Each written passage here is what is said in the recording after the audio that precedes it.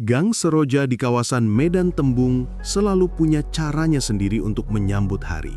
Setiap pagi, gang kecil itu dipenuhi suara sandal yang beradu dengan paving basah, aroma bawang goreng dari dapur Bu Ratna, dan teriakan anak-anak yang berlari menuju warung untuk membeli jajanan sebelum sekolah.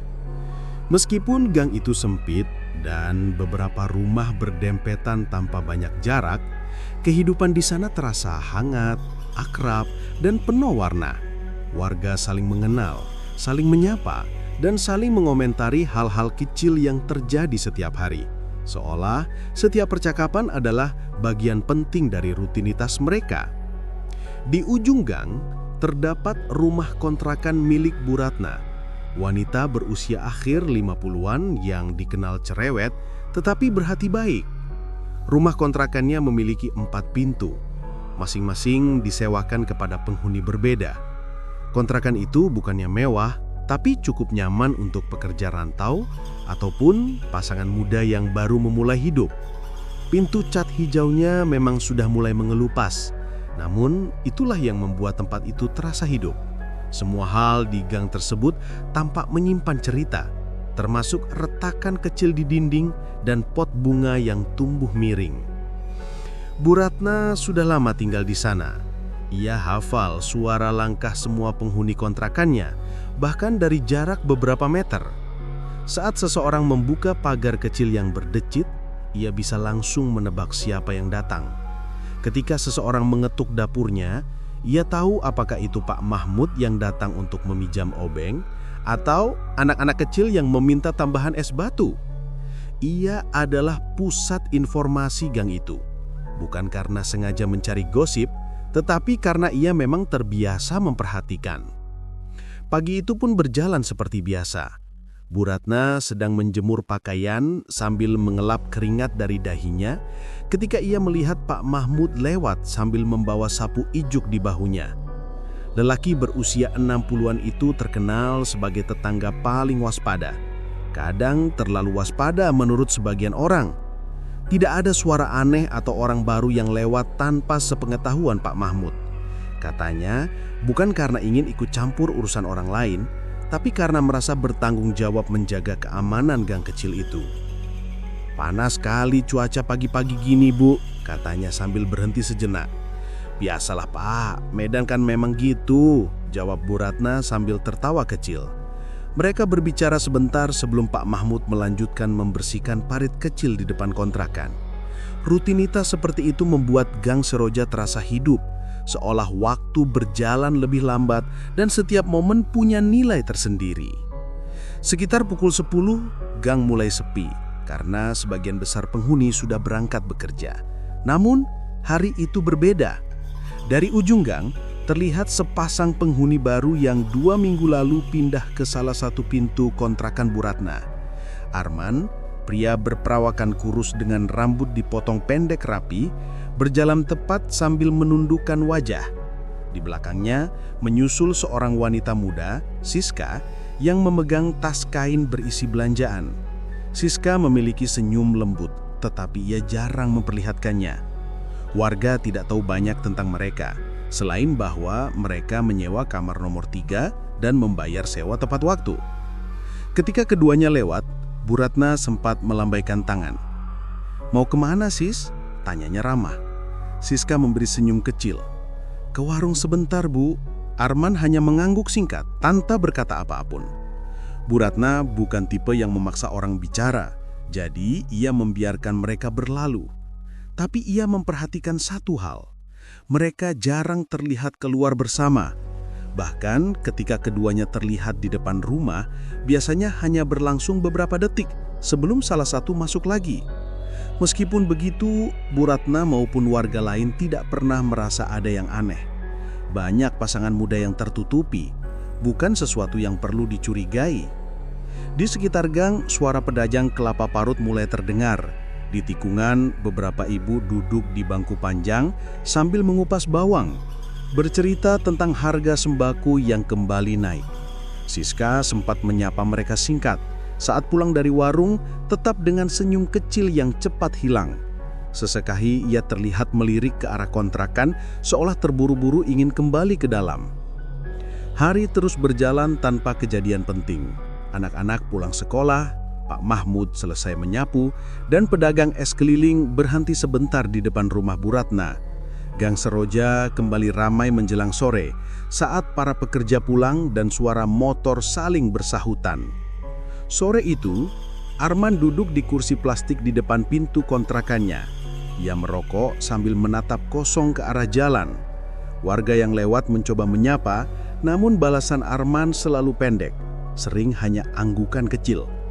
Tidak ada yang bisa menebak isi pikirannya. Beberapa orang mengira ia pemalu, beberapa lainnya menilai ia sekedar tidak suka bergaul. Tapi tidak seorang pun yang menyangka bahwa ketenangan itu suatu hari akan berubah menjadi ketegangan yang meresahkan seluruh gang. Saat matahari mulai tenggelam, Siska keluar menyusul Arman dan membisikkan sesuatu. Pria itu mematikan rokoknya dan masuk ke dalam rumah. Sementara Siska menutup pintu perlahan. Tidak ada yang terdengar dari dalam, hanya suara TV dari rumah samping dan lolongan kucing yang berebut makanan. Malam tiba dengan tenang. Lampu-lampu rumah kontrakan menyala redup, memberikan kehangatan tersendiri bagi yang melihatnya dari kejauhan. Suara pengajian dari musola ujung gang menggema lembut, menjadi latar rutin yang menenangkan hati warga. Gang Seroja meresapi kesunyian malam dengan damai, tanpa sedikit pun tanda bahaya. Tidak ada yang menduga bahwa di balik pintu hijau nomor 3, kehidupan yang tampak biasa itu menyimpan sesuatu yang kelak akan mengguncangkan seluruh medan tembung. Dan malam itu, sebelum segalanya berubah, Gang Seroja tidur dalam ketenangan yang hampir sempurna. Matahari belum sepenuhnya naik ketika suara ayam berkokok bersahutan dari halaman belakang rumah-rumah. Embun tipis masih menempel di kursi plastik depan kontrakan nomor 3, kursi yang semalam diduduki Arman. Pagi menjelma dengan perlahan, seolah tidak ingin mengganggu apapun yang terjadi di balik pintu hijau itu. Di dalam rumah kontrakan sederhana tersebut, Siska sudah bangun terlebih dahulu. Ia duduk di tepi kasur tipis yang diletakkan di lantai. Rambutnya berantakan, tetapi matanya fokus pada sesuatu yang tak terlihat. Ia seperti seseorang yang terbiasa memulai hari lebih awal, entah karena pekerjaan atau karena pikirannya tidak pernah benar-benar tenang. Tangannya memegang mug kecil berisi teh hangat dan ia menyesapnya perlahan sambil mendengarkan suara-suara dari luar. Langkah tetangga yang hendak ke pasar, suara sapu yang diseret di paving, dan cekikikan anak-anak yang berlomba masuk ke musola untuk mengaji pagi. Di sisi lain ruangan, Arman masih tertidur. Pernafasannya berat dan tubuhnya tampak kelelahan. Meskipun keduanya tinggal dalam ruang yang sama, atmosfer di antara mereka terasa berjarak. Seperti ada dinding tipis yang tak terlihat membatasi, dinding yang tidak pernah mereka bicarakan secara langsung. Ketika akhirnya Arman bangun, ia hanya mengangguk kecil kepada Siska sebelum mencuci muka di kamar mandi yang sempit. Tidak ada sapaan baik pagi ataupun pertanyaan apapun. Dan Siska tidak tampak terkejut. Rutinitas itu sudah biasa. Usai menata rambut dan mengganti pakaian, Siska melangkah keluar menuju halaman depan untuk menjemur handuk. Ketika pintu berderit, Bu Ratna yang sedang menyapu halaman langsung menoleh. "Pagi, Sis," sapanya sambil tersenyum. "Pagi, Bu," jawab Siska dengan senyum pendek seperti biasa. "Kerja hari ini sore apa pagi?" "Pagi, Bu, saya masuk jam 10. "Jauh kali tempatnya. Kok setiap pulang malam terus?" Siska terdiam sejenak sebelum menjawab pelan. Lumayan jauh sih, Bu, tapi masih bisa naik angkot." Bu Ratna mengangguk. Ia memang selalu peduli pada penghuni kontrakannya, terutama yang terlihat pendiam seperti Siska. Meskipun begitu, ia tidak pernah menekan orang untuk bercerita lebih banyak. Ia sadar tidak semua orang ingin kehidupannya dibedah secara terbuka. Ketika Siska kembali masuk, Arman sudah duduk di kursi sambil merokok. Ia menatap ke arah jendela tanpa fokus. Siska tidak mengatakan apa-apa, hanya mengambil tas kerjanya dan bersiap pergi. Sesaat sebelum membuka pintu, ia menoleh ke Arman. "Aku pergi dulu," katanya singkat. Arman tidak menjawab. Ia hanya mengangkat dagu sedikit seolah itu sudah cukup sebagai tanda ia mendengar. Momen itu terasa dingin. Jauh berbeda dengan pasangan lain yang biasa dilihat di Gang Seroja. Namun warga tidak ingin menghakimi. Mereka menganggap setiap rumah punya urusan masing-masing. Siska melangkah meninggalkan gang, sementara Arman tetap duduk di kursi itu, menghabiskan rokoknya satu persatu. Arman memang jarang terlihat bekerja atau melakukan aktivitas yang jelas. Seringkali ia hanya duduk di depan rumah, memandangi jalan seperti sedang menunggu seseorang atau sesuatu yang tidak pernah datang. Kadang ia pergi entah kemana, berjalan cepat tanpa menyapa, lalu kembali ketika malam sudah gelap. Itulah yang membuat beberapa warga perlahan bertanya-tanya, tetapi sekadar bertanya dalam hati. Di gang itu, orang-orang mengenali Siska jauh lebih cepat dibandingkan Arman.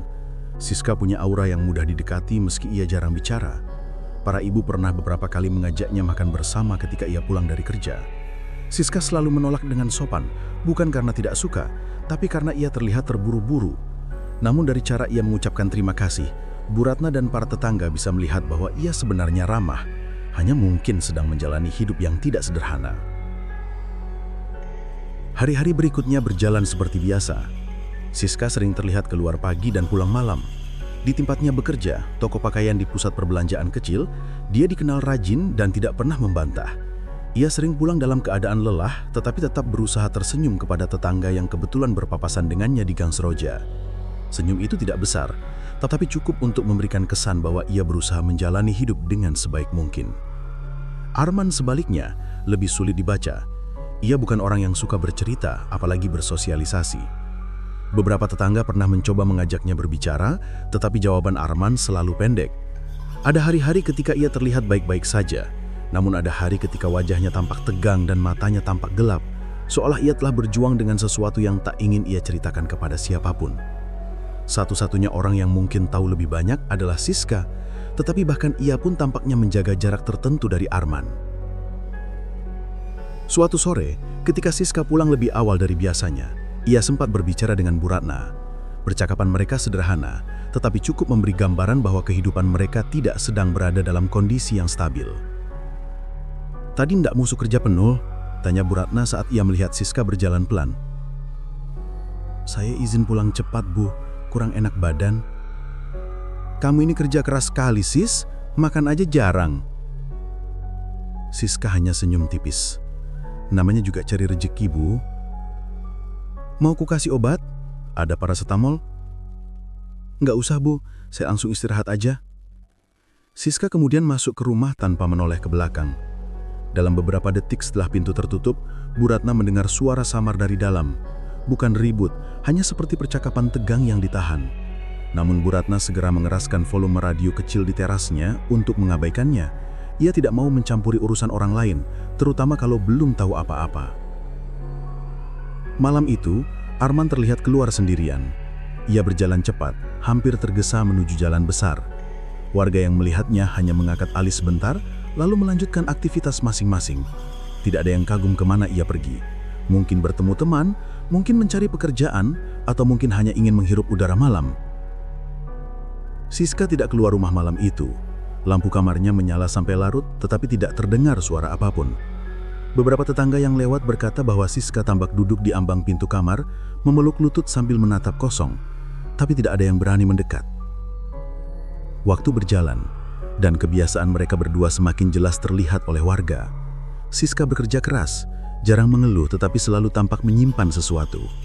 Arman semakin jarang terlihat berbicara dengan siapapun. Pola itu terus berlangsung tanpa perubahan besar. Hingga pada hari tertentu, sebuah percikan kecil mulai muncul dari dinamika mereka. Bukan dalam bentuk ributan, tetapi dari suasana yang tidak bisa dijelaskan. Seolah Gang Seroja mulai merasakan sesuatu yang berbeda, sesuatu yang perlahan merayap, menunggu waktu untuk menunjukkan wajahnya. Dan malam itu, seperti malam-malam sebelumnya, lampu-lampu Gang Seroja kembali menyala.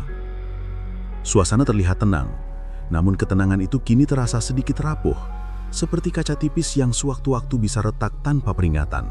Ketenangan Gang Seroja yang terasa sedikit rapuh itu perlahan mulai berubah, meskipun tidak ada satupun warga yang bisa menunjuk dengan pasti kapan perubahan itu mulai terjadi. Semuanya hanya terasa berbeda, halus, samar, tetapi cukup kuat membuat sebagian orang menoleh 2 kali ketika melewati kontrakan nomor 3. Seolah ada sesuatu yang bergeser tanpa suara, sesuatu yang tidak bisa dijelaskan namun bisa dirasakan. Pagi di Gang Seroja tetap dimulai seperti biasa. Suara panci, suara langkah terburu-buru, dan aroma tumisan bawang dari dapur-dapur sempit. Tetapi mata beberapa warga, terutama Bu Ratna dan Pak Mahmud, mulai sering tertuju ke arah pintu hijau itu. Bukan karena mencurigai sesuatu, melainkan karena ritme harian Arman dan Siska mulai tampak tidak sinkron seperti sebelumnya. Siska tetap keluar pagi-pagi, pulang malam, dan selalu menunduk ketika berjalan, seolah berusaha tidak menarik perhatian siapapun. Tapi akhir-akhir ini, ia tampak lebih letih dari biasanya. Matanya menghitam, pundaknya turun, dan senyumnya yang sudah jarang muncul, kini hampir hilang sama sekali. Ketika tetangga menyapa, ia membalas hanya dengan anggukan pelan, lalu mempercepat langkahnya. Arman, di sisi lain, semakin sering terlihat mondar-mandir sendirian. Ia tidak lagi hanya duduk di kursi depan rumah. Terkadang ia berjalan keluar gang, kembali 15 menit kemudian, lalu pergi lagi. Gerak-geriknya terlihat gelisah, seperti seseorang yang mencari jawaban yang tidak ia temukan. Kadang ia berbicara sendiri dengan suara rendah, membuat beberapa warga yang kebetulan mendengar menjadi saling pandang tanpa memahami apa yang terjadi. Suatu sore ketika matahari hampir tenggelam, Bu Ratna sedang menyiram tanaman di depan kontrakannya. Ia melihat Siska pulang dengan langkah lambat, memegang tas kerjanya seolah tas itu berisi batu. Ketika Siska melewati Bu Ratna, wanita itu berhenti sejenak. "Kamu baik-baik aja, Sis?" tanya Bu Ratna lembut. Siska terkejut sedikit, seakan tidak menyangka ada orang yang memperhatikan. Ia mengangkat wajahnya dan Bu Ratna sempat melihat garis merah di bawah matanya, entah dari kelelahan atau bekas menangis. "Iya Bu, cuma capek," jawabnya lirih. "Kalau butuh apa-apa, bilang sama ibu ya, kamu kan jauh dari keluarga." Siska tersenyum kecil, kali ini terlihat lebih tulus, tetapi masih dibayangi kesedihan. "Iya Bu, terima kasih." Ia lalu masuk ke dalam rumah, tanpa menambah satu kata pun. Namun saat pintu tertutup, Bu Ratna mendengar suara seperti barang jatuh dari dalam. Hanya sekilas, hanya satu dentuman.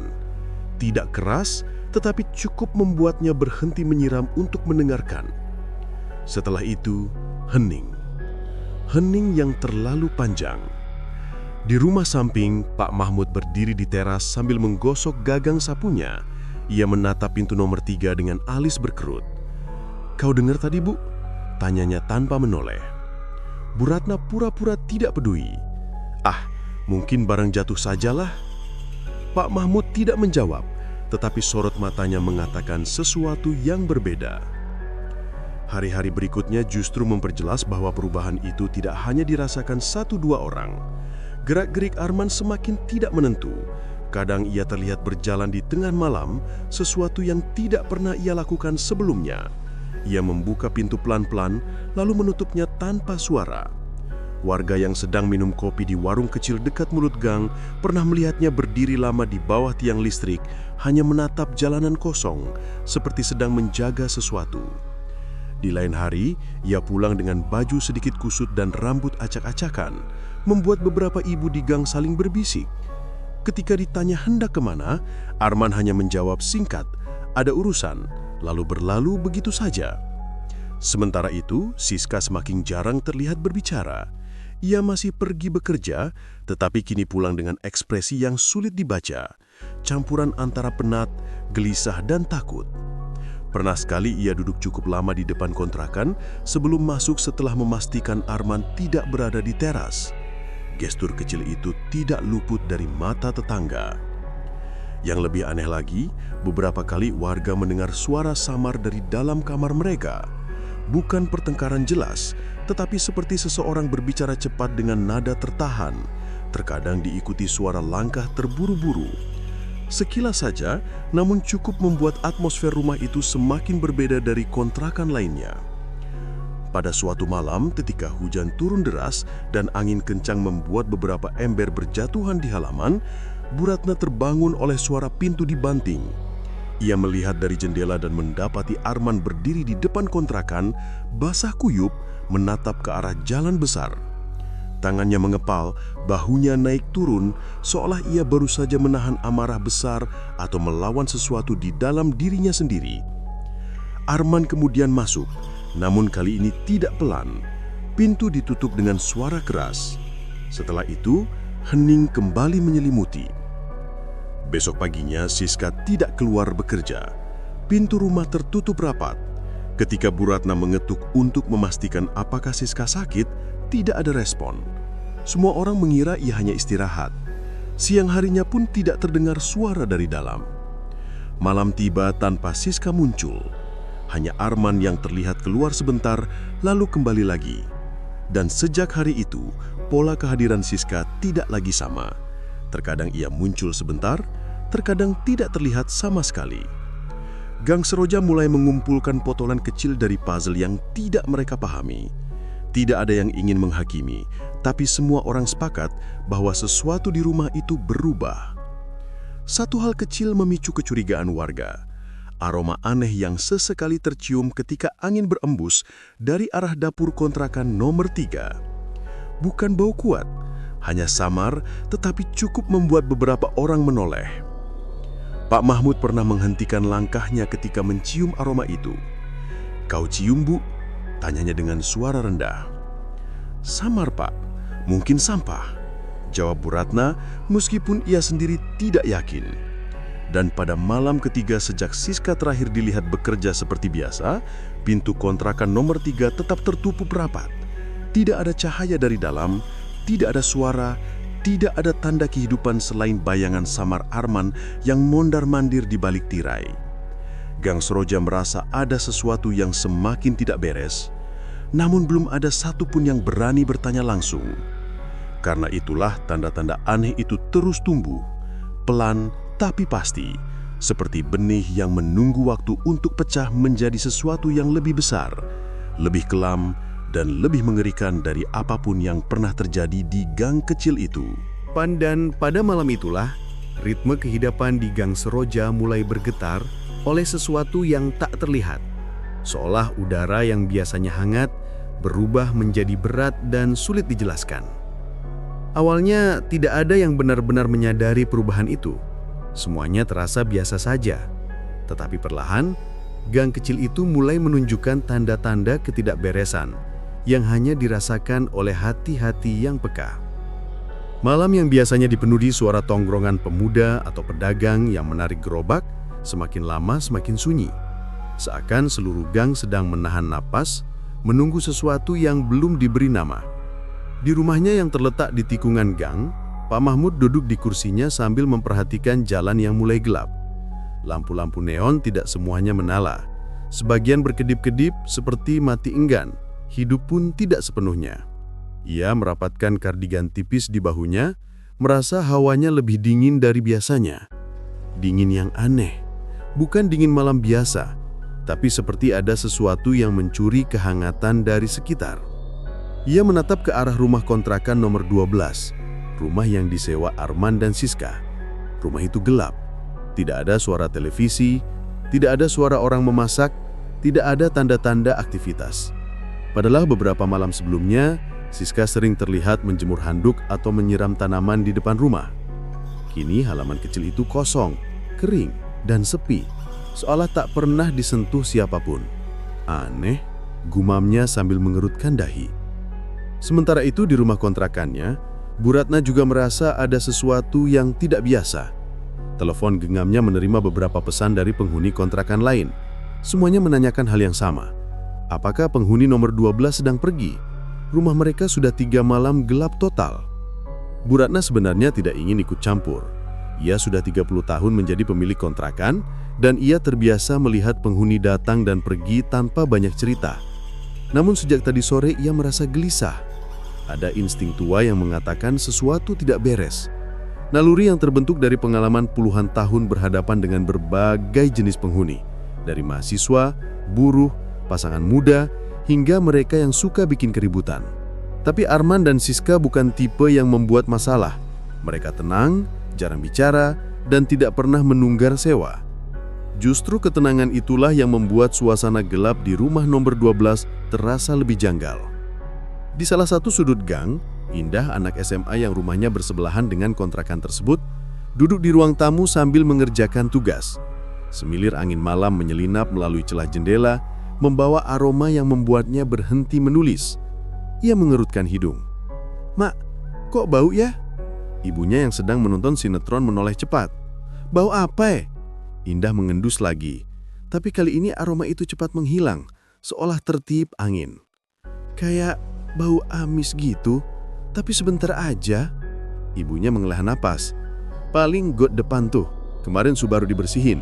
Tapi ya kau tahu sendiri, 2 hari bersih, hari ketiga bau pula." Indah tidak membantah. Tapi ada keganjilan kecil yang menggantung di benaknya. Got memang sering bau, tapi biasanya baunya menusuk dan langsung jelas. Yang tadi seperti lewat lalu lenyap. Tapi ia menepis pikiran itu dan kembali menulis. Ia tidak tahu bahwa momen kecil itu kelak akan kembali menghantuinya. Malam semakin larut dan keanehan tidak berhenti sampai di situ. Sekitar pukul 11 malam, Pak Mahmud hampir terlelap ketika terdengar suara seperti benda jatuh dari arah rumah nomor 12. Suara berat, seperti sesuatu digeser lalu terhempas ke lantai. Ia sontak membuka mata, menahan napas, mendengarkan. Gelapnya malam tampak semakin pekat, seakan semua suara menghilang setelah dentuman itu. Ia berdiri perlahan, meraih senter kecil di atas meja. Ia membuka pintu rumahnya, melangkah keluar. Udara malam menghembus ke wajahnya, membawa lagi sensasi dingin yang tidak alami. Di depan rumah Arman dan Siska, tidak terlihat apapun. Lampu teras tetap mati, jendela tertutup rapat. Pak Mahmud mengarahkan senter ke arah pintu rumah pasangan itu, tetapi tidak menemukan pergerakan sedikit pun. Tidak ada bayangan, tidak ada celah cahaya dari dalam rumah. Ia menatap lama, sampai akhirnya ia memutuskan kembali ke rumahnya. Mungkin tikus, gumamnya, meski hatinya tidak sepenuhnya yakin. Di dalam rumah itu sendiri, yang tak seorang pun tahu isi dan keadaannya, suasana sudah jauh berbeda. Namun bab ini belum masuk ke sana penuhnya. Apa yang terjadi di balik pintu itu masih dibiarkan gelap, menjadi misteri yang perlahan menetes keluar melalui tanda-tanda kecil, bunyi geseran, bau samar, rumah yang semakin sunyi dan penghuni yang mulai tidak terlihat. Sementara itu, sekitar pukul 12 malam, Arman terlihat keluar sebentar dari rumah. Hanya satu orang yang menyadarinya, seorang ojek online yang sedang menunggu order di ujung gang. Ia melihat seseorang berjalan dengan langkah cepat menuju arah jalan besar, menunduk, wajahnya setengah tertutup masker, dan tangannya menyelipkan sesuatu ke dalam jaket. Saat melewati lampu gang yang redup, wajah itu terpampang jelas beberapa detik. "Kayak pun aku antar orang ini," gumam sang driver. Ketika ia mencoba memanggil, "Bang," pria itu tidak menoleh. Justru ia mempercepat langkah, seperti menghindari siapapun yang melihatnya. Dalam hitungan detik, bayangannya lenyap di ujung gang, tergelam gelapnya malam. Kejadian itu mungkin tidak dianggap penting. Seandainya keesokan harinya, rumah nomor 12 kembali menunjukkan tanda-tanda normal. Tapi rumah itu tetap gelap, tetap tertutup, tetap sunyi. Dan aroma samar yang tadi hanya tercium sebentar, kini sudah mulai sering muncul, semakin jelas, semakin menusuk. Malam itu ditutup oleh kesunyian yang terasa seperti awal dari sesuatu yang jauh lebih besar. Sebuah malam yang tidak biasa, yang kelak akan dikenal sebagai titik pertama gang kecil itu menuju sebuah kisah mengerikan yang mengguncangkan seluruh kota. Dan aroma samar yang tadi hanya tercium sebentar, kini mulai sering muncul. Semakin jelas, semakin menusuk. Bau itu seperti tidak mau pergi, mengendap di udara gang Seroja hingga membuat siapapun yang melintas mengernyitkan dahi dan mempercepat langkah. Dari hari ke hari, aroma itu bukan hanya sesekali lewat, melainkan hadir dengan ketegasan yang aneh, seperti pesan diam yang memaksa warga menyadarinya. Pagi itu, sekitar pukul 8, Bu Ratna berjalan menuju rumah nomor 12 sambil membawa kain lap dan ember kecil. Niatnya sederhana, memeriksa apakah rumah itu bocor atau ada bangkai hewan di sekitar teras. Namun begitu ia tiba di depan pintu, bau menyengat itu langsung menyapa dengan kejam. Ia menutup hidung dengan tangan. Astagfirullah, ini bukan bau got lagi. Ia menyapu pandang ke sekitar. Tidak ada sampah menumpuk, tidak ada selokan tersumbat, tidak ada tanda-tanda bangkai binatang.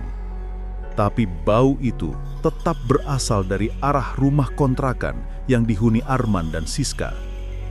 Ia menelan ludah, deg-degan tanpa alasan jelas. Pintu itu masih terkunci dari luar, jendela masih rapat, tidak ada suara apapun dari dalam. Ia mengetuk dengan ragu. "Assalamualaikum, Arman, Siska." Hening. Ia mengetuk lebih keras. "Arman, kau ada di dalam?" Tetap tidak ada jawaban. Kecurigaannya bertambah ketika dilihatnya sepatu Siska masih berada di depan pintu. Ini sepatu yang biasa dipakai gadis itu saat ke minimarket. Sepasang sendal jepit milik Arman juga masih di sana. Jika mereka pergi, harusnya salah satu alas kaki itu tidak ada. Namun semuanya masih tersusun rapi, belum bergeser sedikit pun sejak 3 hari lalu. Bu Ratna mundur perlahan. Rasa gelisahnya kini berubah menjadi tekanan yang menyesakkan dada. Di rumah lain, Indah kembali mencium bau yang sama saat hendak berangkat sekolah. Kali ini lebih tajam, lebih menusuk, hingga membuatnya spontan menutup hidung dengan seragam. "Mak, bau itu datang lagi!" teriaknya sambil berlari ke ruang tamu. Ibunya yang sedang menyiapkan bekal hanya menghela napas. "Oh, paling dari rumah Arman itu. Tadi Mamak lewat depan situ. Busuk kali memang." Indah menatap ibunya, mata membulat. "Tapi Mak, masa 3 hari bau gini? Mereka di dalam atau enggak sih?" Ibunya diam sejenak. Pertanyaan itu juga berkecamuk di benaknya. Kalaupun mereka keluar kota, mestinya bilang sama Bu Ratna, "Ini kok gelap terus rumahnya." Suasana hening sejenak sebelum ibunya menepuk bahu Indah. "Sudahlah, kau pergi sekolah dulu. Jangan pikir aneh-aneh." Namun langkah Indah sepanjang perjalanan ke sekolah terasa berat. Ada firasat yang tumbuh pelan-pelan, seperti akar yang menjalar di dasar pikirannya. Sesuatu yang buruk telah terjadi di rumah nomor 12. Sementara itu, Pak Mahmud mengamati dari jendela rumahnya. Bau itu semakin kuat. Ia bukan orang yang cepat panik, namun hari itu ia merasa ada yang salah, sangat salah. Ia mengingat dentuman yang terdengar beberapa malam lalu, mengingat langkah tergesa-gesa seseorang yang dilihat ojek online semalam, mengingat rumah yang terus gelap tanpa sedikit pun tanda kehidupan. Ia mendegakkan tubuh. Gak bisa dibiarkan begini. Ia mengambil kunci cadangan rumah nomor 12 yang diberikan Bu Ratna beberapa bulan lalu untuk berjaga-jaga apabila penghuni butuh bantuan saat tidak ada di rumah. Tapi kunci itu masih terbungkus rapi, belum pernah disentuh. Ia menggenggamnya, lalu berjalan ke arah rumah Bu Ratna. Namun sebelum ia sempat mengetuk, Bu Ratna sudah membuka pintu dengan wajah cemas. "Pak Mahmud, Bapak juga cium bau itu?" "Tak kuat kali saya. Ini harus kita periksa, Bu." Mereka saling pandang sejenak, menyadari beratnya keputusan itu. Masuk ke rumah orang tanpa izin bukan hal yang ringan, tapi kondisi ini jelas bukan biasa. "Kita panggil orang dulu, tak? Saya tak mau disalahkan kalau ternyata mereka cuma sakit atau tidur. Tapi kalau ada apa-apa di dalam dan kita terlambat." Kekhawatiran itu menggantung di antara mereka. Pada akhirnya, Bu Ratna mengangguk pelan. Mereka memanggil 2 tetangga lain, Pak Heru dan Ucok, pemuda gang yang paling pemberani. Setelah menjelaskan keadaan, mereka berempat berjalan menuju rumah nomor 12. Suasana gang terasa tegang. Beberapa warga lain yang sedang lewat ikut berhenti, menonton dari jauh. Dari luar pun udah kecium, gumam Pak Heru sambil menutup hidung. Bu Ratna menelan ludah. "Saya coba buka pintunya ya." Tangan Bu Ratna bergetar saat memasukkan kunci cadangan ke lubangnya. Ketika kunci diputar, ada suara klik pelan. Pintu tidak terkunci dari dalam, tanda bahwa Arman dan Siska tidak pernah mengunci pintu secara manual sebelum hilang. Pintu itu terbuka sangat perlahan. Seketika, Gelombang bau busuk langsung menyerbu keluar, lebih pekat dari yang mereka bayangkan. Mereka semua spontan mundur beberapa langkah. Bau itu tidak wajar, bukan bau sampah, bukan bau got, bukan bau bangkai hewan kecil. Ini bau kematian. Bu Ratna menutup mulut, hampir muntah. Ya Allah! Ruang depan gelap, tirai tertutup. Tidak ada cahaya lain selain dari pintu yang terbuka. Pak Heru menyalakan senter dari ponselnya, mengarahkan cahayanya ke lantai, ke kursi, ke meja makan yang berantakan. Ada gelas jatuh di lantai. Beberapa cacaran kecil seperti noda coklat mengering di dekat dapur. Ucok yang paling depan melangkah pelan-pelan. "Bang, jangan jauh-jauh," peringatkan Pak Mahmud dari belakang. Namun Ucok terus berjalan sampai ia tiba di dekat dapur. Di sana, bau busuk semakin kuat. Seolah seluruh sumber bau berasal dari satu titik tertentu, freezer putih besar di sudut ruangan. Freezer itu tertutup rapat, tidak ada yang aneh dari luar, kecuali bercak yang menetes dari bawah pintunya. Bercak coklat, pekat dan bau. Ucok menelan ludah. "Bang, ini darah ya?" Pak Mahmud mendekat walaupun langkahnya berat. Ia menyorot ke bawah freezer. Ini bukan noda biasa. Tiba-tiba Bu Ratna menjerit kecil. Jangan buka, Pak!" Namun insting Ucok yang keras kepala sudah mengalahkan ketakutannya. Ia memegang gagang freezer dengan tangan gemetaran. "Ucok, jangan!" teriak Pak Heru. Terlambat. Ia membuka tutup freezer itu. Dan di detik itu, kehidupan di Gang Seroja berubah selamanya.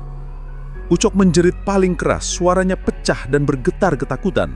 Pak Mahmud langsung mundur sambil memegang dada. Bu Ratna jatuh berduduk sambil menangis. Pak Heru memaki-maki dengan suara bergetar. Di dalam freezer, tubuh Siska terlihat membeku dalam posisi terlipat, seperti boneka yang ditekan masuk ke ruang yang kecil. Kulitnya pucat kebiruan, rambutnya menempel di pipi yang kaku, matanya tertutup. Tapi wajahnya menunjukkan ketegangan terakhir sebelum kematian. Freezer itu tak hanya menyimpan tubuhnya, ia menyimpan kengerian. Ucok berteriak sambil berlari keluar rumah, Panggil polisi sekarang!"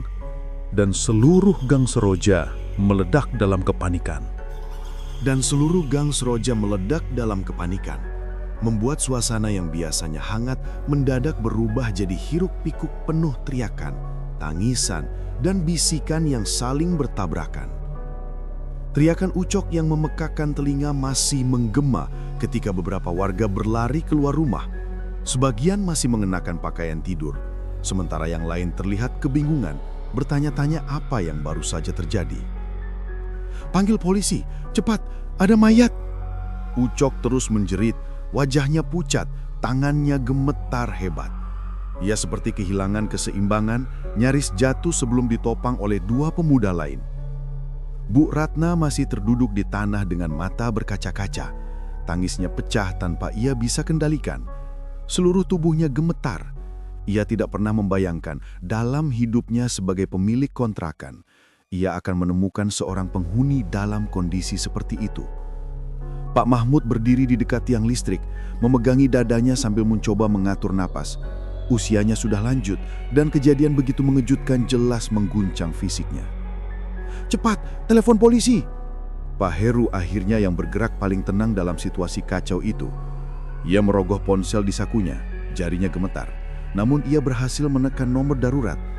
Suaranya terdengar terbata ketika berbicara dengan operator, mencoba menjelaskan apa yang mereka temukan. Hanya beberapa kalimat saja yang dapat ia sampaikan dengan jelas sebelum suara seraknya hancur oleh emosi. Tidak lama kemudian, sirene mobil polisi mulai terdengar dari kejauhan. Suara yang semakin lama semakin dekat, memantul di dinding-dinding gang sempit. Beberapa warga yang sebelumnya hanya berdiri menonton, kini mundur membeli jalan. Ada yang membawa anak kecil menjauh, ada yang berbisik-bisik dengan wajah ketakutan, dan beberapa orang tua mulai membaca doa sambil menggenggam tasbih. Mobil patroli berhenti tepat di ujung gang, diikuti sebuah motor dinas. 3 polisi turun dengan langkah sigap, dipimpin seorang perwira bernama Ibda Surya. Lelaki berusia 40-an dengan postur tegap dan wajah tegas. Tatapannya langsung menyapu situasi di depan mata, Warga berkumpul, beberapa terlihat histeris, dan pintu kontrakan nomor 12 yang terbuka lebar. "Apa yang terjadi? Siapa yang menemukan?" tanya Ibda Surya dengan suara mantap. Kucok maju sambil tersendat-sendat. Saya Pak, saya buka freezer itu, di dalamnya ada..." Ucok tidak sanggup melanjutkan, matanya memerah, suaranya pecah. Ibda Surya menepuk bahunya. "Tenang, kami akan urus." Dua polisi lainnya segera memasuki rumah, tetapi sebelum itu, Ibda Surya memberi perintah tegas. "Semuanya jangan masuk, jangan sentuh apapun. Kami butuh lokasi tetap seperti keadaan awal." Warga langsung mundur lebih jauh. Suasana berubah menjadi lebih hening, tegang, menunggu apa yang akan ditemukan polisi di dalam rumah itu. Begitu memasuki ruang depan, polisi-polisi itu langsung memalingkan wajah sesaat. Bau busuk yang menyengat menusuk ke hidung hingga membuat mereka harus bernafas melalui mulut. Tapi sebagai petugas, mereka harus tetap profesional. Senter diarahkan ke lantai, menyusuri setiap sudut ruangan yang tampak berantakan. Ada gelas pecah, kursi terguling, dan bercak kecoklatan yang mengarah ke arah dapur. Ketika mereka tiba di depan freezer, salah satu polisi menghela napas panjang. "Ya Tuhan," gumamnya lirih. Mereka hanya melihat sekilas, cukup untuk memastikan bahwa ucapan warga bukanlah histeria kosong. Tubuh perempuan muda itu memang berada di dalam freezer, membeku, terlipat tidak wajar. Kepingan es tampak menempel pada kulitnya yang biru pucat. Polisi segera menurunkan kamera dokumentasi, mengambil gambar dari berbagai sudut.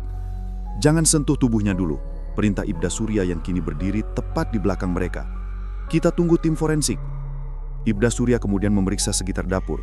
Ada bercak darah kecil yang mengering, seperti bekas seretan. Lantai terlihat licin. Freezer memiliki noda kecoklatan di bawah pintunya, tanda bahwa cairan tubuh korban mulai mencair seiring waktu. "Korban sudah beberapa hari di dalam freezer," gumamnya dengan nada berat. "Bisa 2, bisa 3, mungkin lebih." Ia kemudian memeriksa pintu belakang rumah. Ternyata tidak terkunci. Ketika ia membuka pintu itu, ia menemukan jalur kecil menuju gang belakang. Jalur yang sepi, gelap, dan jarang dilalui orang. Tepat di tanah, ia melihat bekas jejak sepatu memanjang. Beberapa bagian terlihat berantakan, seperti seseorang berlari panik.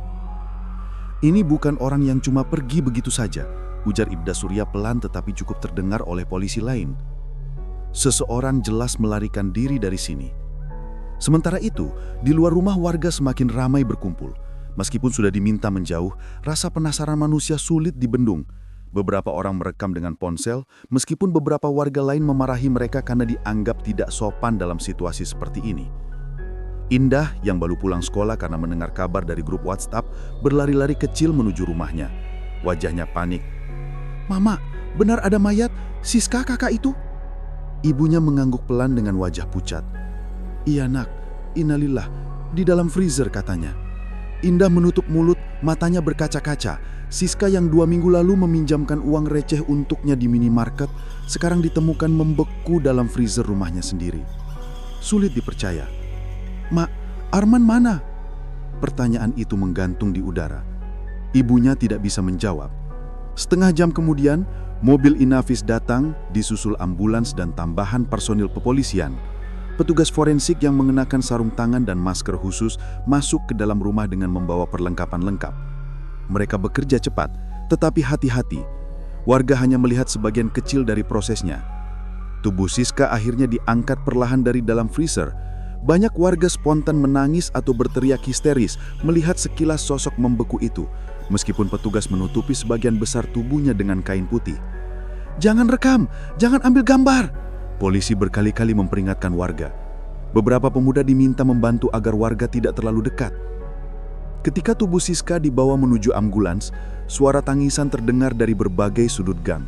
Meskipun mereka bukan keluarga, kedekatan antar warga membuat kejadian ini terasa menghantam jantung komunitas kecil tersebut. Bu Ratna menangis paling keras. "Siska anak baik ya Allah, apa dosanya?" Ucok masih duduk termenung di depan rumahnya, wajahnya tak berwarna. Ia terus mengguncangkan lututnya, seakan mencoba menghilangkan bayangan freezer yang akan menempel seumur hidupnya. Pak Mahmud berdiri diam menatap jalur setapak di belakang rumah. "Arman lari lewat situ," gumamnya. Ucok mendongak, suaranya serak. "Pak, menurut Bapak, itu Arman yang bunuh dia. Pak Mahmud tidak langsung menjawab. Tatapannya jauh, penuh keraguan. Entahlah, Cok, tapi kalau dia tidak berdosa, kenapa lari? Ucok terdiam. Pertanyaan itu menggantung seperti pisau. Di saat yang sama, Ibda Surya keluar dari dalam rumah dan menghampiri warga. Suaranya tegas namun penuh empati. Kami akan melakukan penyelidikan menyeluruh. Untuk saat ini, kami membutuhkan informasi lengkap tentang 2 orang yang tinggal di rumah ini, Siska dan seorang pria bernama Arman. Begitu nama itu disebut, warga mulai berbisik-bisik. Arman hilang sejak malam itu. Ada yang lihat dia lari. Dia bawa apa? Wajarkah dia pergi tanpa pamit? Bisikan itu semakin lama semakin membesar hingga seluruh gang dipenuhi suara prasangka dan ketakutan. Ibda Surya menatap wajah-wajah itu satu persatu. Jika ada yang melihat Arman atau mengetahui kemana ia pergi, segera hubungi kami. Kemudian, dengan suara lebih berat, ia menambahkan, karena saat ini, Arman menjadi orang yang paling perlu kami temukan. Ucapan itu mengguncangkan seluruh gang. Dan sejak detik itu, satu nama mulai mendominasi pembicaraan, dari mulut ke mulut, dari rumah ke rumah, hingga ke media sosial. Arman. Jika Anda siap, saya lanjutkan BAB Pejuh. Saat polisi mulai menemukan petunjuk baru, jejak pelarian Arman makin jelas, dan rumor-rumor di gang semakin liar. Malam itu, udara terasa tebal, seolah setiap sudut gang membawa bisik-bisik yang bergerak tanpa bentuk. Banyak warga menutup pintu lebih cepat dari biasanya, sementara beberapa lainnya sengaja menengok dari balik tirai, berharap melihat sesuatu yang bisa mereka ceritakan besok pagi. Nama Arman kini bukan lagi sekadar kabar penghilangannya, melainkan legenda baru yang menjalar di antara tembok kusam dan lorong sempit. Polisi mulai menyisir ulang lokasi tempat terakhir Arman terlihat sebelum menghilang.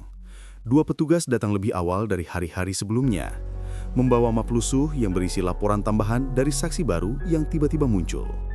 Anehnya, saksi-saksi ini bercerita dengan nada penuh ketakutan, seolah keberadaan Arman telah berubah menjadi sesuatu yang tak sepenuhnya manusiawi.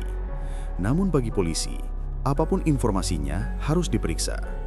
Dan semakin malam, semakin banyak potongan kecil yang mulai terlihat cocok satu sama lain. Di pos ronda, Pak Seno, penjaga malam yang paling tua, mengaku mendengar suara langkah tergesa beberapa jam sebelum Arman dilaporkan hilang. Ia menggambarkan langkah itu berat, seperti seseorang yang menyeret sesuatu. Tetapi ia juga bersumpah mendengar nafas seseorang yang ketakutan, terhuyung, atau mungkin terluka. Pengakuannya menambah lapisan baru pada kebingungan yang sudah ada. Namun, detail paling ganjil adalah deskripsi tentang suara seperti logam yang saling beradu, seakan ada rantai atau benda keras yang digesekkan pada dinding. Di tempat lain, seorang pedagang sayuran, Bu Mirna, mengatakan bahwa ia melihat bayangan tinggi di ujung gang, lebih tinggi dari postur Arman yang ia kenal. Ketika polisi menekannya dengan pertanyaan, ia kebingungan. Apakah itu benar Arman atau seseorang lain? Atau sesuatu lain? Yang pasti, beberapa menit kemudian terdengar suara seseorang berlari sangat cepat menuju arah sungai belakang pemukiman. Dari semua cerita yang masuk, satu hal yang paling mencolok, semua saksi mengaku merasakan hawa dingin yang tidak wajar pada malam itu. Beberapa bahkan mengaku melihat kabut tipis yang hanya muncul di satu titik, bukan menyebar seperti kabut pada umumnya. Polisi menganggapnya berlebihan, mungkin efek panik atau ketakutan massal. Tetapi tetap saja, mereka mencatatnya sebagai detail pendukung.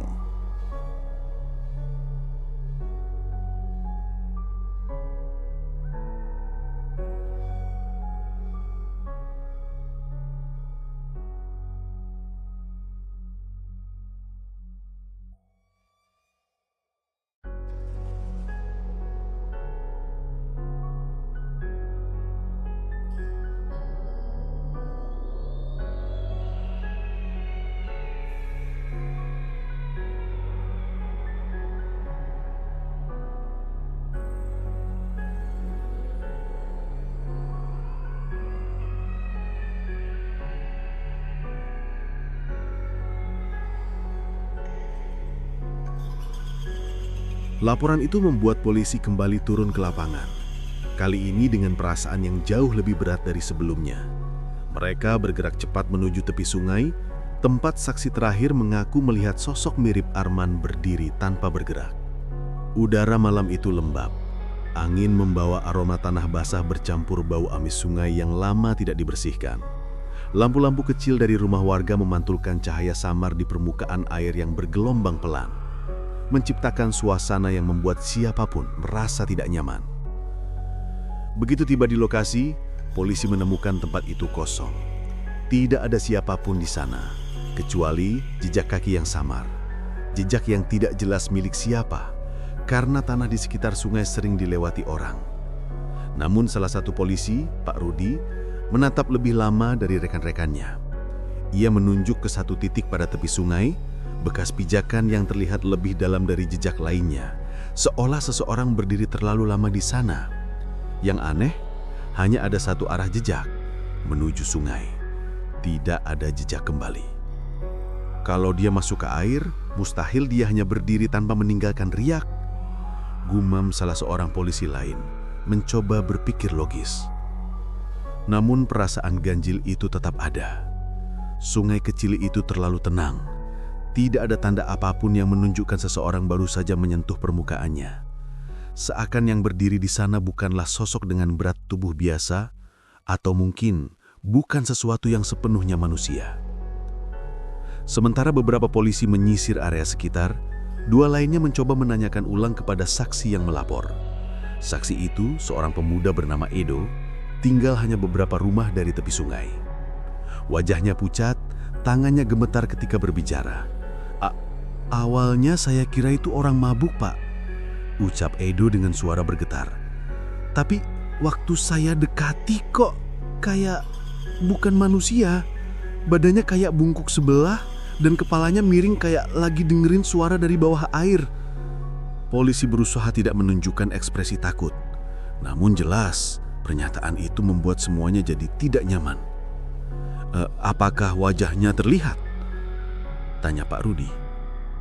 Edo menelan ludah. Kelihatannya seperti Arman, Pak. Tapi matanya gelap, Pak. Bukan gelap kayak kurang cahaya, tapi gelap kayak kosong, kayak nggak ada orangnya di dalam.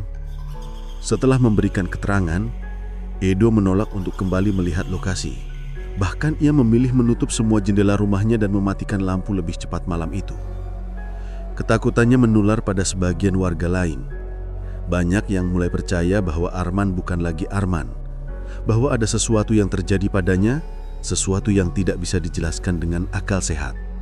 Namun, rumor itu menyebar. Polisi memusatkan perhatian pada benda yang mereka temukan dekat sungai. Seutas tali kecil, seperti tali tas atau hoodie, terlegap di tanah. Ketika diperiksa lebih dekat, tali itu mirip dengan yang ada di jaket Arman. Namun yang paling membuat polisi diam adalah noda hitam di ujungnya. Bukan darah, terlalu dalam, terlalu pekat, dan tidak menggumpal seperti cairan manusia. Ketika disinari lampu senter, cairan itu tampak menyerap cahaya, bukan memantulkannya. Kita bawa ke lab. Apapun ini, kita butuh jawaban, ujar Kapten Surya dengan wajah tegang. Sementara itu, warga gang mulai membangun versi cerita mereka sendiri. Sebagian bilang Arman kerasukan sesuatu sejak beberapa hari sebelum menghilang. Ada yang mengatakan ia sering terlihat berbicara sendiri sambil memandang ke arah sungai, seolah seseorang memanggilnya dari dalam air. Beberapa orang lain menambahkan cerita lebih seram. Mereka mengaku melihat sosok seperti bayangan panjang mengikuti Arman dari jauh, merayap di dinding dan bergerak seperti asap. Kegelisahan itu memuncak ketika seorang anak kecil melaporkan bahwa ia mendengar suara mengetuk dari arah sungai pada malam sebelumnya. Ketukannya 3 kali, dengan jarak jeda yang sama. Suara yang sama seperti yang disebut beberapa warga di malam hilangnya Arman. Namun anak itu mengatakan sesuatu yang lebih menyeramkan. Suara itu bilang, "Buka." Ibunya yang ketakutan segera melarang anaknya keluar malam-malam selama beberapa hari. Banyak keluarga lain melakukan hal yang sama. Gang yang biasanya hidup dan penuh suara, kini berubah sunyi seperti kota kecil yang sedang menunggu badai. Namun, penyelidikan polisi tidak berhenti. Mereka mengumpulkan seluruh saksi, menyusun ulang kronologi, dan menandai semua titik yang kemungkinan besar dilewati Arman. Dari hasil itu, muncul satu pola. Arman selalu berada dekat air, baik itu sumur tua di tengah gang, palit kecil, maupun sungai tempat penampakan terakhirnya dilaporkan. Seolah-olah dia ditarik kembali ke sumber tertentu. Pertanyaannya, siapa atau apa yang menariknya? Untuk mencari jawaban, polisi memutuskan melakukan penyisiran malam. 3 petugas ditempatkan dekat sungai. 2 lainnya memantau lorong sempit yang mengarah ke rumah kosong dan sisanya berpatroli di gang utama. Mereka berharap menemukan petunjuk baru atau, jika memungkinkan, Arman sendiri. Tengah malam ketika udara mulai mendingin drastis, suara langkah pelan terdengar dari arah sungai. Salah satu polisi, Bayu, menyorotkan senter ke arah bawah. Tidak ada apa-apa, hingga ia menurunkan cahayanya sedikit, tepat ke permukaan air. Di sana, tampak riak kecil. Riak yang tidak berasal dari arus sungai. Riak seolah sesuatu menyentuh permukaan dari bawah. Bayu menelan ludah, menajamkan pandangannya. Dan itulah ketika ia melihat itu. Sepasang mata gelap memantulkan cahaya di permukaan air, menatapnya dari kedalaman yang tidak seharusnya dihuni manusia. Bayu tersentak mundur dan memanggil rekan-rekannya. Tapi ketika mereka semua melihat lagi, mata itu sudah hilang. Sungai kembali tenang. Namun, sesuatu berubah. Pasir di tepi sungai tampak basah, seolah ada seseorang yang baru saja naik dari dalam air. Dan di tengah pasir itu, tertinggal jejak kaki telanjang, mengarah ke dalam gang. Jejak kaki yang ukurannya cocok dengan ukuran kaki Arman. Polisi saling memandang dengan wajah ngeri. Apapun yang terjadi malam itu, satu hal jelas. Arman tidak hanya hilang. Dia kembali, dan mungkin dia tidak kembali sendirian. Arman tidak hanya hilang, ia kembali.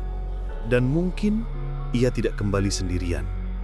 Itulah kalimat yang terus terngiang di kepala para polisi ketika mereka menatap jejak kaki basah itu. Jejak yang perlahan mengering, namun tetap meninggalkan garis samar sepanjang gang. Udara malam terasa lebih berat dari sebelumnya, seakan seluruh gang Seroja menahan nafas bersama-sama. Lampu-lampu rumah yang biasa menyala terang, kini hanya tinggal beberapa. Sebagian warga mematikan lampu mereka karena takut melihat sesuatu yang tidak ingin mereka lihat. Jejak kaki itu mengarah ke jalur sempit yang menuju ke area belakang kontrakan, tempat di mana freezer itu ditemukan. Kapten Surya menyuruh semua petugas bergerak pelan, memastikan setiap sudut aman. Namun kenyataan berkata lain, tidak ada sudut yang terasa aman malam itu. Terlalu banyak pertanyaan yang belum terjawab dan terlalu banyak rumor yang melayang-layang di antara dinding gang.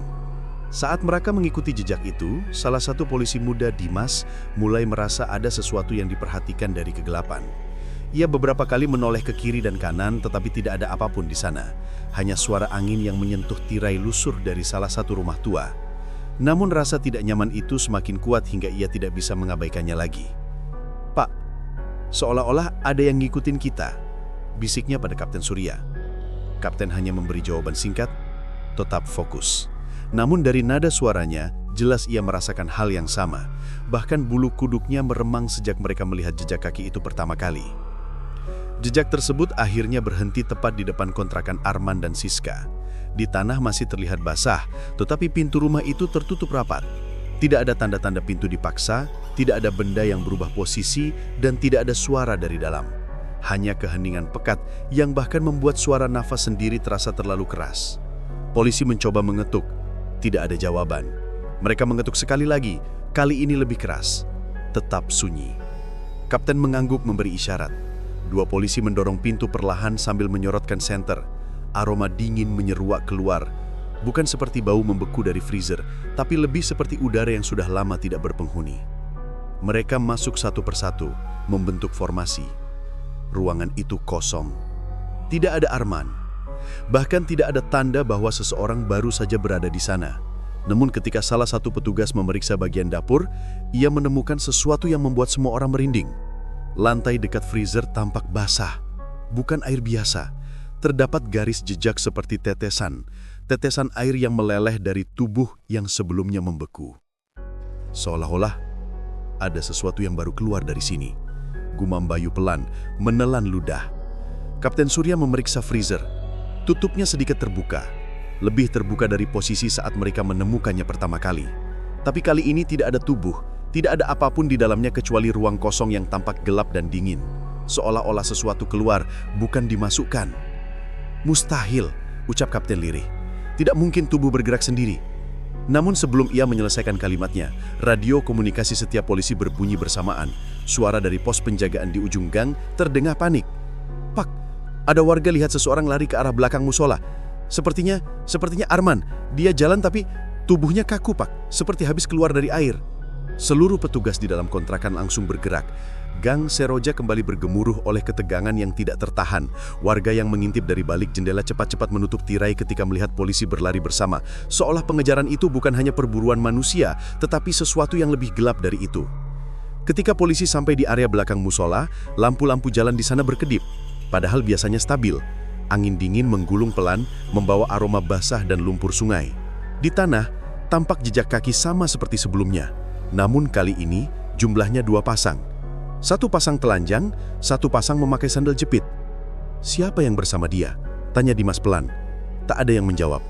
Karena pada ujung lorong dekat pohon mangga tua, polisi melihat siluet seseorang. Tubuhnya berdiri tegak menghadap arah mereka. Tidak bergerak sedikit pun. Senter diarahkan dan saat cahaya mencapai sosok itu, mereka mengenali wajahnya. Arman. Ia mengenakan baju yang sama seperti hari terakhir ia dilihat di gang, namun tubuhnya tampak lebih pucat, matanya cekung, dan kulitnya terlihat seperti diselimuti lapisan lembab. Ia hanya diam memandang mereka, tanpa ekspresi. Arman, Kapten Surya berseru. Kami ingin bicara, jangan bergerak. Tapi Arman tidak mendekat, tidak mundur, tidak angkat tangan, tidak menunjukkan tanda akan kabur. Ia hanya menatap, tatapan kosong, seperti yang diceritakan Edo tadi. Namun sebelum polisi tangkap langkah lebih jauh, terdengar suara lain dari belakang pohon mangga. Suara gesekan tanah. Seakan ada sesuatu menyeret kaki atau tubuh. Senter diarahkan, dan saat cahaya mencapai sosok itu, seorang polisi tanpa sadar mengeluarkan seruan tertahan. Sosok kedua muncul dari balik pohon. Tubuhnya membungkuk, rambut panjang menutupi sebagian wajah. Kulitnya pucat membiru seperti seseorang yang terlalu lama berada di dalam air dingin. Gerakannya lambat, tidak seimbang, dan dari ujung jarinya meneteskan cairan hitam pekat yang sama seperti yang ditemukan di tepi sungai. Tubuh itu adalah Siska, atau sesuatu yang menyerupai Siska. 2 polisi mundur spontan. Siska menatap semua orang dengan kepala miring. Gerakannya tidak manusiawi, seperti tubuhnya dipaksa bergerak oleh sesuatu yang bukan dirinya. Kapten Surya mengangkat tangan memberi isyarat agar semua orang tetap di tempat. Arman dan Siska perlahan berjalan ke arah gang. Bukan berlari, bukan menyerang. Mereka hanya berjalan, seolah mengikuti jalur yang sudah ditentukan oleh sesuatu yang tidak terlihat. Ketika mereka melewati petugas yang terpaku oleh rasa ngeri, terjadi sesuatu yang lebih aneh. Suhu sekitar mendadak turun drastis. Nafas para polisi terlihat seperti uap tipis, padahal medan tidak pernah sedingin ini. Arman sedikit berhenti dekat Kapten Surya. Ia menggerakkan bibirnya, sangat pelan, hampir tidak terdengar. Kapten mendekat sedikit dan Arman berbisik. Dia belum selesai. Siapa dia yang dimaksud? Sebelum ada yang sempat bertanya, Arman dan Siska berjalan melewati lorong dan menghilang ke balik gelapnya gang lain, meninggalkan jejak basah yang memanjang seperti garis takdir yang terhapus angin. Polisi mengejar, tetapi begitu mereka belok ke persimpangan itu, kosong. Tidak ada siapapun. Hanya dinding gang yang lembab dan bau air sungai yang baru surut.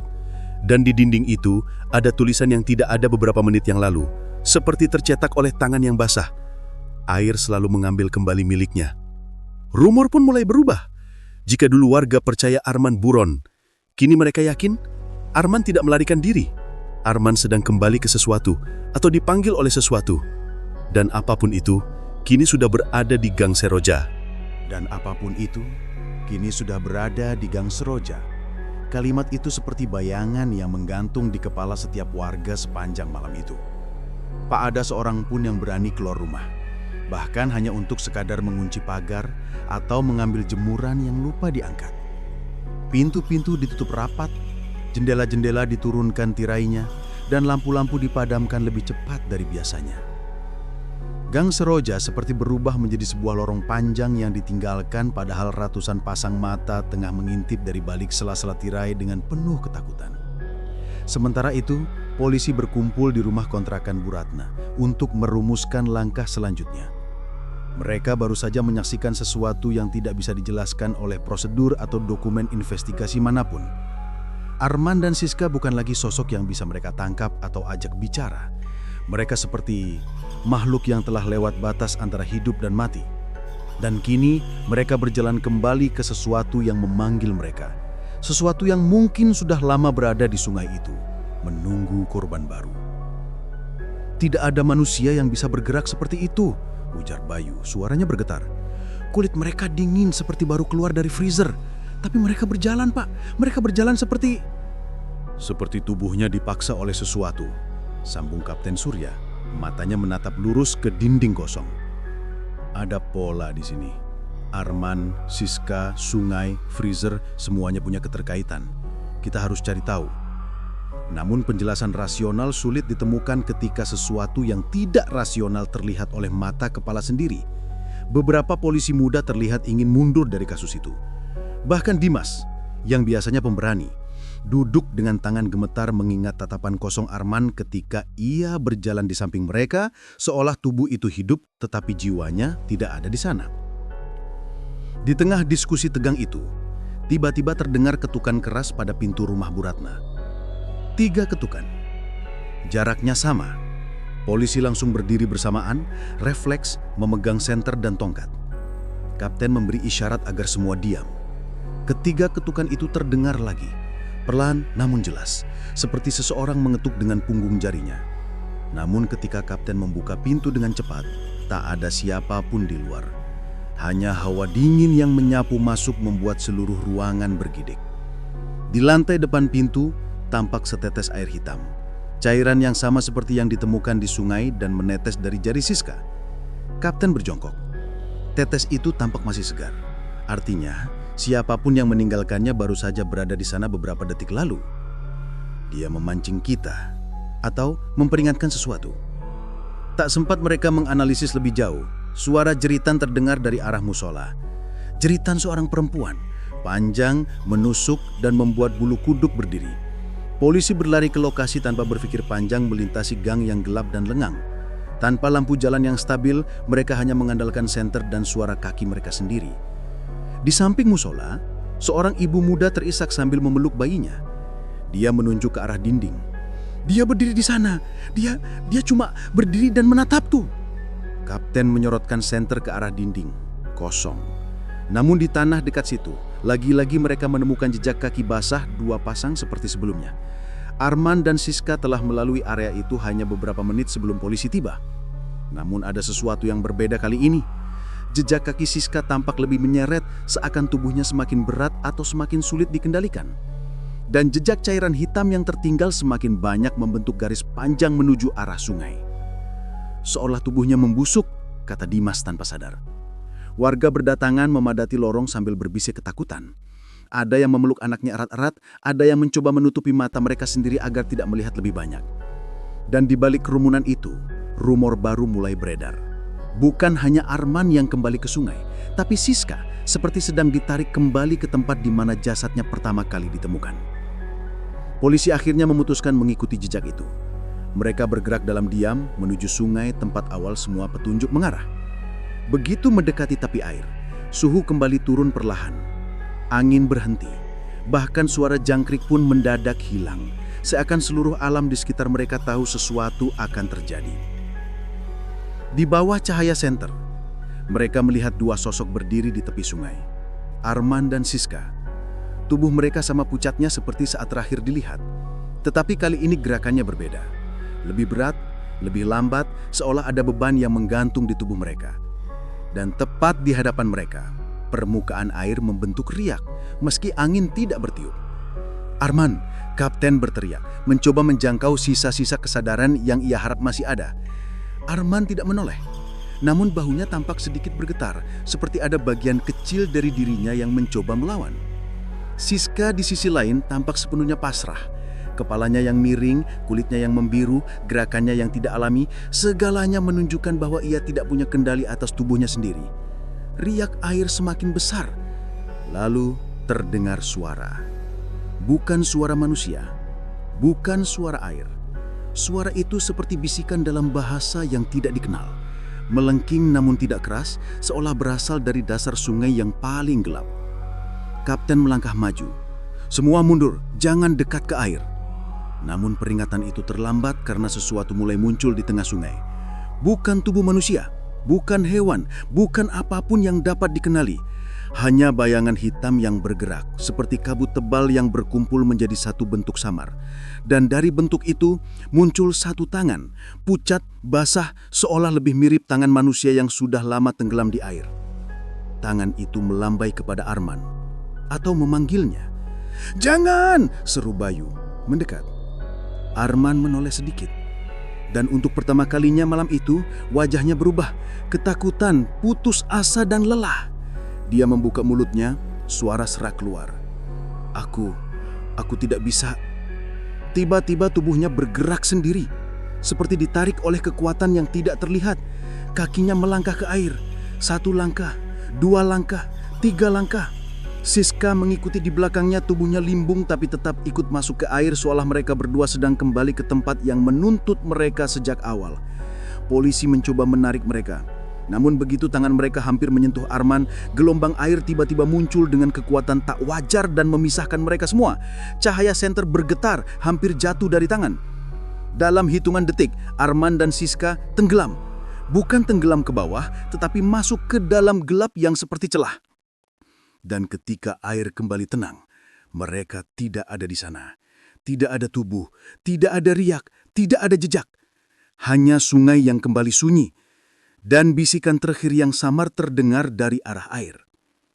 Yang diambil akan kembali. Polisi terpaku. Tidak ada satupun yang berani bergerak.